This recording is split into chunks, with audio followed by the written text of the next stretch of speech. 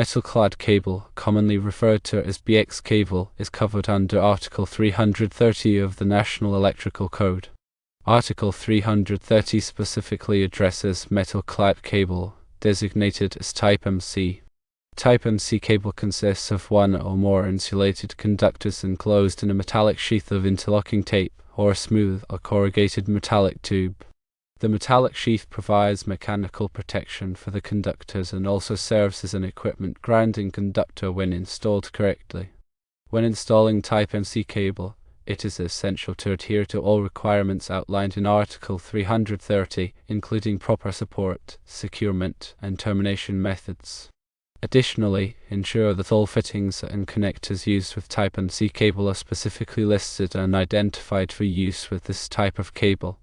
It is important to note that the specific requirements for Type MC cable may vary depending on the voltage, application, and location of the installation. Always consult the latest edition of the NEC and any applicable local codes or regulations to ensure compliance. Non-metallic-sheathed cable, commonly referred to as Romex, is covered under Article 334 of the National Electrical Code. Article 334 specifically addresses non-metallic-sheathed cable, including Type NM, Type NMC, and Type NMS cables. Type NM cable, often called Romex, consists of two or more insulated conductors enclosed in a non-metallic sheath. It is commonly used for residential wiring and other applications where it is not subject to physical damage.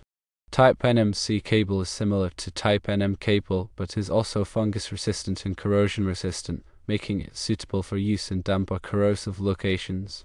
Type NMS cable includes conductors for power, lighting, and signal circuits within the same sheath. Section 334.10 of Article 334 specifically addresses Type NM cable, which is the most common type of Romex. When installing non-metallic sheathed cable, it is essential to adhere to all requirements outlined in Article 334, including proper support, securement, and protection from physical damage. The NEC specifies requirements for how an M cable should be supported and secured. This includes distances between supports and methods for attaching the cable to framing members. It also addresses situations where the cable must be protected from nails or screws. It's important to select the correct size and type of cable for the intended application. This involves considering the ampacity of the conductors, the voltage rating of the cable, and the environmental conditions where the cable will be installed. The NEC provides tables and guidelines for determining the appropriate cable size and type for various applications. When making connections with an M cable, use only connectors and fittings that are listed for use with non-metallic sheathed cable. These connectors provide a secure and reliable connection and help prevent damage to the cable.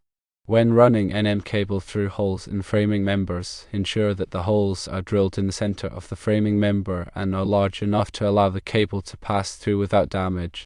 Grommets or bushings may be required to protect the cable from abrasion. Avoid running an M cable in areas where it is exposed to physical damage, such as along floors or in unfinished basements. If the cable must be run in these areas, it should be protected by conduit or other means.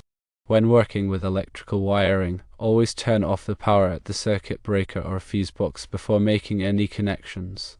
This will help prevent electric shock and injury. Before energizing a circuit, always test the wiring to ensure that it is properly installed and that there are no short circuits or ground faults. This can be done using a multimeter or other testing equipment. Type NM cable is permitted to be used in normally dry locations. Types NMC and NMS cables are permitted to be used in dry, damp, or corrosive locations. Specific applications are also outlined within Article 334.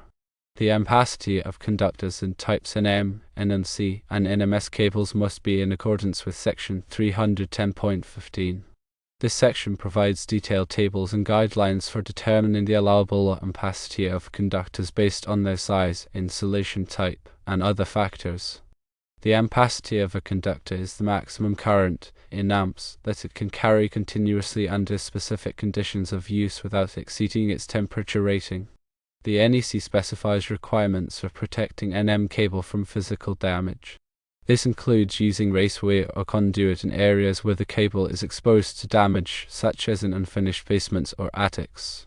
The NEC also specifies requirements for protecting NM cable from nails or screws where it passes through framing members. When installing NM cable through metal framing members, such as steel studs, the cable must be protected from abrasion by using grommets or bushings. The NEC also specifies requirements for supporting and securing NM cable. This includes using cable ties, straps, or staples to support the cable at intervals specified in the code. The NEC also requires that NM cable be secured within 12 inches of every box, cabinet, or fitting. When terminating NM cable at electrical boxes, cabinets, or fittings, use only connectors and fittings that are listed for use with NM cable. These connectors provide a secure and reliable connection and help prevent damage to the cable. When installing NM cable in thermal insulation, the ampacity of the conductors may need to be deaerated to prevent overheating. The NEC provides guidelines for deaerating conductor ampacity in thermal insulation. When installing NM cable in conduit, the conduit must be sized appropriately for the number and size of conductors being installed. The NEC provides tables and guidelines for determining the appropriate conduit size for various conductor combinations. When installing NM cable in wet locations, use only Type UF cable, which is specifically designed for use in wet locations. Type UF cable is similar to Type NM cable but has a moisture-resistant outer covering. When installing NM cable in corrosive locations, use only Type NMC cable, which is specifically designed for use in corrosive locations. Type NMC cable has a corrosion-resistant outer covering. When installing NM cable in hazardous locations, such as those containing flammable gases or vapors, use only cable that is specifically listed for use in hazardous locations. The NEC provides detailed requirements for wiring in hazardous locations. Always refer to the NEC and local codes for specific requirements related to the installation of NM cable in your area. Requirements may vary depending on the specific application and location of the installation. In addition to following the NEC, it is also important to follow manufacturer's instructions when installing NM cable. Manufacturer's instructions provide specific guidance on the proper installation techniques and requirements for their products. Article 310.15b3 provides adjustment factors for ambient temperature. If the ambient temperature around the conductors is higher than 30 degrees Celsius or 86 degrees Fahrenheit, the ampacity of the conductors must be adjusted downward. Article 310.15b3 provides adjustment factors for the number of conductors in a raceway or cable. If there are more than 3 current carrying conductors in a raceway or cable, the ampacity of the conductors must be adjusted downward. The NEC defines a current carrying conductor as a conductor that carries current under normal operating conditions. Neutral conductors are generally considered to be current carrying conductors, but there are some exceptions. Grounding conductors are not considered to be current carrying conductors. The NEC provides requirements for the minimum size of conductors used in electrical wiring. The minimum conductor size is based on the ampacity of the circuit and the length of the conductor. The NEC also provides requirements for the insulation type of conductors used in electrical wiring. The insulation type must be suitable for the voltage and temperature of the circuit. The NEC requires that all electrical boxes and enclosures be properly grounded. Grounding helps to protect against electric shock and reduces the risk of fire. The NEC provides requirements for the types of grounding electrodes that can be used in electrical systems. Common grounding electrodes include ground rods, metal water pipes, and concrete encased electrodes. The NEC requires that all electrical equipment be properly labeled. Labeling helps to identify the equipment and provides important information about its voltage, current, and other ratings. The NEC provides requirements for the working space around electrical equipment. Working space must be provided to allow for safe access and maintenance of the equipment. The NEC requires that all electrical work be performed by qualified individuals. Qualified individuals have the training and experience necessary to perform electrical work safely and in accordance with the code. When working with electrical wiring, it is important to always follow safe work practices. This includes turning off the power before working on any electrical circuits, wearing appropriate personal protective equipment, and using the right tools for the job. The National Electrical Code is a comprehensive set of standards for electrical wiring and equipment.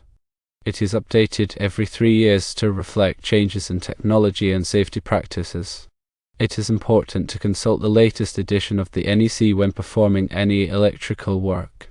State and local codes may also have additional requirements that must be followed. These codes may be more stringent than the NEC in some areas. It is important to check with your local building department to determine the applicable codes in your area.